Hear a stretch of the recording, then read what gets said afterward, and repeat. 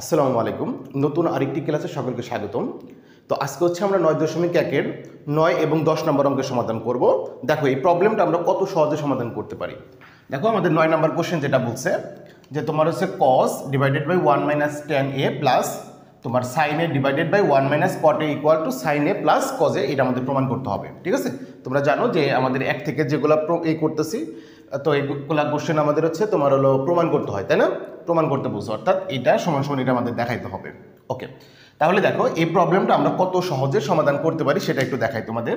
দেখো তাহলে আমরা 9-এর মানে লেফট হ্যান্ড সাইডটা আমরা লিখি যে লেফট হ্যান্ড সাইডে আমাদের কি দেওয়া আছে যে cos a ডিভাইডেড বাই তোমার হচ্ছে 1 মাইনাস tan a প্লাস তোমার sin a ডিভাইডেড বাই তোমার 1 মাইনাস cot a।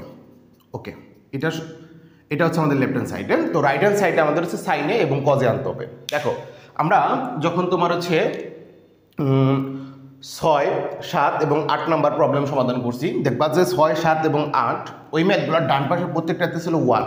ঠিক আছে, তো ওই টাইপগুলো কীভাবে করা যায় সেটার টেকনিক কিন্তু আমি গত ক্লাসগুলোতে বলছি যে এই ম্যাথগুলোর মধ্যে আমাদের একটা মেজর প্রবলেম হচ্ছে আমাদের সূত্রগুলো মনে থাকে না, সেটা আর একটা হচ্ছে সূত্র মনে থাকলে আমরা কখন কোন সূত্রে অ্যাপ্লাই করব সেই জিনিসটা আমাদের একটু মানে চ্যালেঞ্জিং ব্যাপারটা।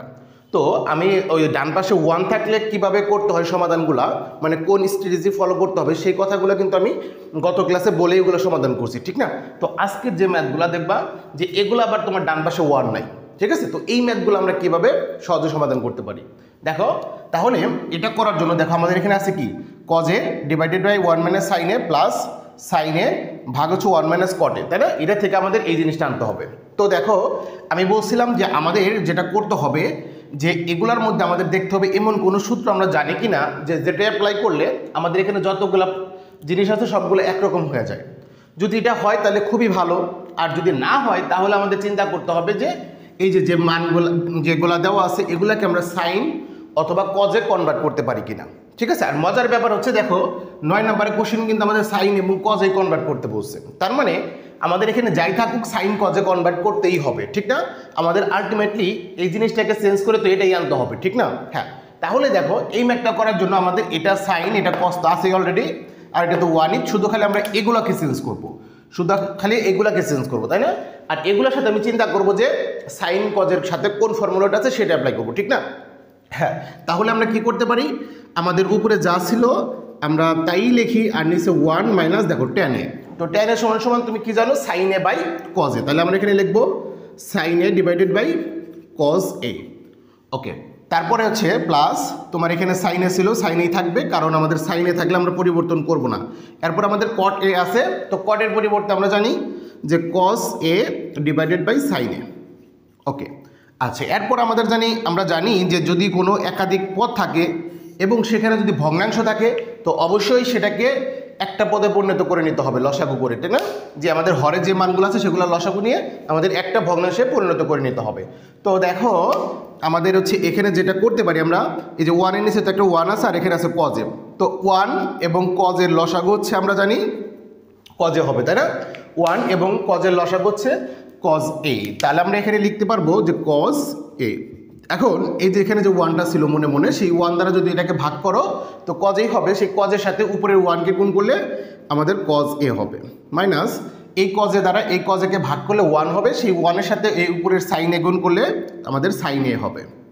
ওকে, প্লাস তো সেমভাবে আমাদের এখানে উপরেরটাকে চেঞ্জ করবো না, নিচে আমাদের যেটা আছে এখানেও আমাদের দুইটা পদ আছে এবং একটা ভগ্নাংশ আছে, সেটাকে আমরা একটা ভগ্নাংশে পরিণত করে নেব। তাহলে এই যেটা নিচে যে 1 আছে, 1 এবং sin এর মধ্যে লসাগু হবে sin a, তাহলে আমরা এখানে লিখতে পারি sin a। তো এখন এই 1 দ্বারা যখন তুমি sin a কে ভাগ করবে sin a হবে, সেটা দ্বারা উপরের লবকে গুণ করলে তোমার sin a হবে। এরপর মাইনাস আবার sin a দ্বারা sin a কে ভাগ করো 1 হবে, সেই 1 এর সাথে তুমি cos a কে গুণ করো cos a হবে। ওকে, এরপর আমরা যেটা জানি যে আমাদের যদি এরকম কোনো ভাগ চিহ্ন থাকে তার নিচে যদি আমাদের হচ্ছে এরকম কোনো সংখ্যা থাকে সেটা কি হবে, গুণ হয়ে উল্টে যায়, ঠিক না? হ্যাঁ, তাহলে দেখো আমরা এটা কি করব, তাহলে এই যে উপরে যে cos ছিল cos a এটাকে আমরা চেঞ্জ করব না, এই যে এই ভাগ চিহ্নটাকে আমরা গুণ দিয়ে ফেলবো এবং এটাকে আমরা উল্টিয়ে লিখবো, অর্থাৎ cos a চলে যাবে উপরে আর আমাদের এই যে cos a মাইনাস সাইন এ যেটা উপরে ছিল সেটা নিচে চলে আসবে, মাঝখানে প্লাস ছিল প্লাস দিব। ঠিক সেমভাবে আমরা এখানেও এই চেঞ্জটা করব, যে এখানে আমরা লিখব উপরে আমাদের যেটা ছিল সাইন এ থাকবে, এটা একটু বরাবর লিখি, যে সাইন এ ইন্টু আমাদের হচ্ছে এই নিচে যে সংখ্যাটা আছে সেটাকে আমরা গুণ করে উল্টে দিব। তাহলে গুণ চিহ্ন দিয়ে ফেলছি, এই যে এটার পরিবর্তে গুণ দিলাম আর এই নিচেরটা উল্টে যাবে, অর্থাৎ সাইন এটা উপরে চলে যাবে আর সাইন এ মাইনাস কজ এটা নিচে চলে আসবে। ঠিক আছে, ওকে। এরপর আমরা কি করব দেখো, আমরা এবার উপরে চলে যাই, আমরা একটু উপরে চলে যাই, যে তোমার হচ্ছে এখানে দেখো যে তোমার হচ্ছে কজ এ উপরেরটার সাথে উপরেরটা গুণ, নিচের সাথে নিচে গুণ। তো উপরে আমাদের আছে কজ এ গুণ করলে আমরা জানি যে তোমার কজ স্কোয়ারে হয়। তারপর মাঝখানে আচ্ছা আমাদের এখানে ভাগ চিহ্নটা দিয়ে নেই, দেখো এখন আমাদের এখানে নিচে আছে 1, তো 1-এর সাথে যদি এই জিনিসটা গুণ করি এই জিনিসটা হবে, অর্থাৎ কজ এ মাইনাস সাইন এ হবে। ওকে, এরপর আমাদের মাঝখানে প্লাস ছিল, প্লাস হবে। তো এরপরে দেখো তোমার এখানে সাইনে গুণ করলে আমরা জানি সাইন স্কোয়ারে হয়, তো আমরা এখানে লিখবো সাইন স্কোয়ার এ। তো নিচে হচ্ছে আমাদের দেখো 1 এবং হচ্ছে sine A minus cos A, তাহলে 1-এর সাথে আমরা সাইন এ কজ এ গুণ করি, তো sine A into cos A হবে, সাইন এ মাইনাস তোমার কজ এ হবে। তো এটা হচ্ছে আমাদের ঠিক না? তো এখন আমরা কি করব, তো আমরা জানি যদি আবার এরকম একাধিক যদি পদ থাকে, সেখানে ভগ্নাংশ থাকে, পরের লাইনে যাওয়ার জন্য অবশ্যই আমাদের লসাগু নিতে হবে, ঠিক না? তো এখন দেখো এখানে আমরা একটা কাজ করে নিতে পারি, কি কাজ, যে আমরা যখন লসাগু নিব এই নিচেরগুলার, দেখো এখানে cos A minus sine A, তো এখানে আছে কি sine A minus cos A, অর্থাৎ একটু ভেরিয়েশন, এখানে কজ এ প্লাসের ছিল, এখানে কজ এটা মাইনাসের হয়ে গেছে, এখানে সাইনে মাইনাসের ছিল, এখানে সাইন এটা প্লাসের হয়ে গেছে।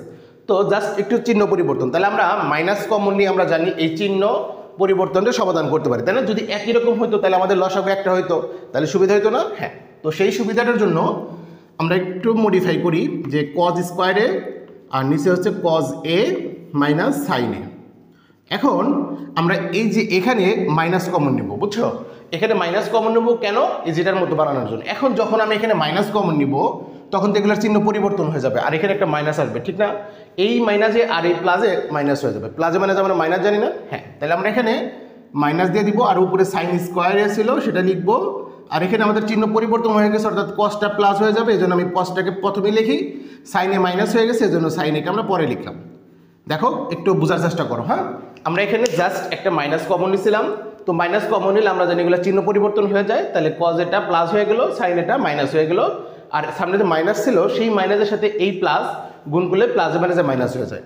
ওকে, হ্যাঁ। তাহলে দেখো এখন আমরা খুব সহজেই নিচে লসাগুটা নিতে পারি কজ এ মাইনাস সাইন এ, কারণ দুইটা জিনিস একই, ঠিক আছে? তাহলে এটা যখন নিলাম তাহলে তখন কি করবা, এটা দ্বারা এটাকে ভাগ করবা, ভাগ করলে হবে 1, সেই 1-এর সাথে যদি উপরে এটাকে গুণ করো তাহলে কজ এ হবে। তো আমরা এখানে লিখবো তাহলে কজ স্কোয়ারে মাইনাস, আবার এটা দ্বারা যখন এটাকে ভাগ করবা 1 হবে, সেই 1-এর সাথে উপরে সাইন স্কোয়ারে গুণ করলে আমাদের সাইন স্কোয়ারে হবে। ওকে, তাহলে এরপর দেখো উপরে আমরা দেখতে পাচ্ছি যে আমাদের এ স্কোয়ার মাইনাস বি স্কোয়ারের যে ফর্মুলাটা জানি সেটা হয়, ঠিক না? যেখানে এ হচ্ছে কস, বি হচ্ছে সাইন এ, ঠিক আছে? তাহলে আমরা এখানে এ স্কোয়ার মাইনাস বি স্কোয়ারের ফর্মুলাটা অ্যাপ্লাই করতে পারি। তাহলে এ স্কোয়ার মাইনাস বি স্কোয়ার সমান সমান জানি আমরা এ প্লাস এই যে বি, মানে এ হচ্ছে আমাদের কস এ, বি হচ্ছে আমাদের সাইন এ, ঠিক আছে? তারপরে ইন্টু এ মাইনাস বি, তাহলে কস এ মাইনাস সাইন এ। এখন দেখো এই যে নিচে এটার সাথে এটা কাটা চলে যায়, ঠিক না? দুইটা একই জিনিস, উপর নিচে সেম থাকলে কাটা চলে যায়, তাহলে ফাইনালি দেখো আমাদের কি থাকে এখানে cos A plus sine A. আমাদের দেখো এখানে প্রমাণ করতে বলছে sine A plus cos A, তাই না? তাহলে আমরা সাইন এটাকে আগে লিখি, কারণ প্লাস মাইনাস যদি থাকে সেগুলোকে আমরা আগে বেশি রাখলে কোনো সমস্যা নেই। তাহলে দেখো এটাই আমাদের থাকলো শুধু sine A plus cos A, তাহলে এটাই আমাদের প্রমাণ করতে বলছিল, তাহলে আমরা লিখতে পারি এটা রাইট হ্যান্ড সাইড, ঠিক আছে? তাহলে প্রমাণ করতে বলছিল, এই জন্য প্রুফড। দেখো কত সহজে আমরা এটা সমাধান করে ফেললাম। তাহলে এই ম্যাথগুলোর জন্য আমাদের কি মনে রাখতে হবে, আমাদের মোটামুটি মনে রাখতে হবে যেগুলোকে সাইন অথবা কজে আমরা কনভার্ট করতে পারি কিনা, তাহলে সেই সূত্রগুলো আমরা অ্যাপ্লাই করব, তারপর আমরা স্টেপ বাই স্টেপ যাব। তাহলে এটা আমরা এখন মুছে দিই, এটা মুছে দিয়ে আমরা 10 নম্বর প্রবলেমটা খুব সহজে সমাধান করে ফেলি। 10 নম্বর ম্যাথটা খুবই সহজ এবং মানে ইজি, একদম ছোট একটা ম্যাথ, কিন্তু অনেক ইম্পর্টেন্ট। এটা আমাদের 2 মার্কের জন্য কতে আসে, হ্যাঁ, ম্যাক্সিমাম টাইমে দেখা যায় আসে, কিন্তু আমাদের এটা হালকা একটু সেন্স থাকবে, দেখবা যে এখানে ট্যানের পরিবর্তে কটে দিতে পারে, এখানে 1 মাইনাস সাইন স্কোয়ারের পরিবর্তে 1 মাইনাস কজ স্কোয়ারে দিতে পারে, এই পরিবর্তনগুলো থাকতে পারে। তো দেখো তাহলে 10 নম্বরটা আমরা খুব সহজে সমাধান করে ফেলি, মানে কয়েক সেকেন্ড সময় লাগবে। তাহলে দেখো আমাদের 10 নম্বরের যেটা, যে এটা হচ্ছে লেফট হ্যান্ড সাইড, এটা হচ্ছে রাইট হ্যান্ড সাইড। তো আমাদের ডান পাশে সাইন এ প্রমাণ করতে হবে, ঠিক না? আর বাম পাশে হচ্ছে tan A minus 1 minus cause স্কোয়ারে। তাহলে আমাদের যে জিনিসটা মাথায় রাখতে হবে, যে বলছিলামই যে আমাদের সাইন এবং কজে কনভার্ট করতে পারে। এটা তো আমরা দেখতেই পাচ্ছি যেটা সাইনে, আমাদের প্রমাণই করতে হবে সাইনে, অর্থাৎ এগুলোকে পরিবর্তন করে তো আমাদের সাইনেই পরিবর্তন আনতে হবে, ঠিক না? আচ্ছা, আর আমাদের ডান পাশে কিন্তু কোনো রুট ওভার নাই, ঠিক না? কিন্তু এখানে কিন্তু রুট ওভার আছে একটা, এই রুট ওভারকেও সরাইতে হবে, ঠিক না? তাহলে আমরা লেফট হ্যান্ড সাইডে লিখে ফেলি যে আমাদের লেফট হ্যান্ড সাইডে দেওয়া আছে তোমার tan A root over 1 minus sine স্কোয়ারে। ওকে, এই জিনিসটা আমাদের দেওয়া আছে, এটাকে আমরা সমাধান করে ফেলি। তাহলে সর্বপ্রথম আমরা ট্যান এর পরিবর্তে যে ফর্মুলাটা জানি sine A by cos A, তাই না? তাহলে আমরা এখানে লিখবো sine A by cos A. এখন আমাদের স্কোয়ারটা সরাইতে হবে। তাহলে স্কোয়ারটা সরানোর জন্য আমাদের এখানে যেটা করতে পারি 1 মাইনাস সাইন স্কোয়ারে, অর্থাৎ এটার সমান সমান আমরা সূত্র জানি একটা, দেখো সাইন স্কোয়ারে প্লাস কজ স্কোয়ারে সমান সমান হচ্ছে 1, এটা আমাদের একটা সূত্র, ঠিক না? এখন এখানে দেখো 1 মাইনাস সাইন স্কোয়ারে হয়েছে, অর্থাৎ আমাদের 1টা এখানে স্যার সাইন স্কোয়ারে, এটা ডান পাশে চলে গেছে। তাহলে 1 মাইনাস সাইন স্কোয়ারে হয়েছে, বাম পাশে কি আছে তাহলে কজ স্কোয়ারে, ঠিক না? তাহলে আমরা এখানে লিখতে পারি এটার পরিবর্তে কজ স্কোয়ারে। তো আমরা জানি যে স্কোয়ারের সাথে রুট ওভারটা চলে যায়, ঠিক না? তাহলে দেখো এই স্কোয়ারের সাথে এই রুট ওভারটা চলে গেল, তাহলে এখানে শুধু কজ এ আছে। এরপর কি করবো, যে কজ এ কাটা, কারণ উপর নিচে সেম জিনিস থাকলে সেটা কাটা চলে যায়, দেখো সাইনে থাকে। তাহলে এটাই কিন্তু আমাদের রাইট হ্যান্ড সাইড, তাই না? এটাই আমাদের প্রমাণ করতে বলছে। তাহলে এই ম্যাথটা কিন্তু খুব সহজেই আমরা সমাধান করতে পারি। এটা কিন্তু কতে আমাদের ম্যাক্সিমাম টাইমেই আসে। তো খুব সহজেই আশা করি তোমরা 9 এবং 10 নম্বর ম্যাথটা খুঁজে ফেললাম। তো আমরা পরবর্তী ক্লাসে তোমার হচ্ছে ধারাবাহিকভাবে আমাদের হচ্ছে 11, 12, 13 যে ম্যাথগুলো আছে সবগুলো আমরা ম্যাথ সমাধান করব। সবাই আমাদের ভিডিওগুলো রেগুলার পেতে আমাদের চ্যানেলটা একটু সাবস্ক্রাইব রাখো এবং তোমাদের বন্ধুদের সাথে একটু ভিডিওটা শেয়ার করো। সবাই সুস্থ থাকো, ভালো থাকো, আসসালামু আলাইকুম।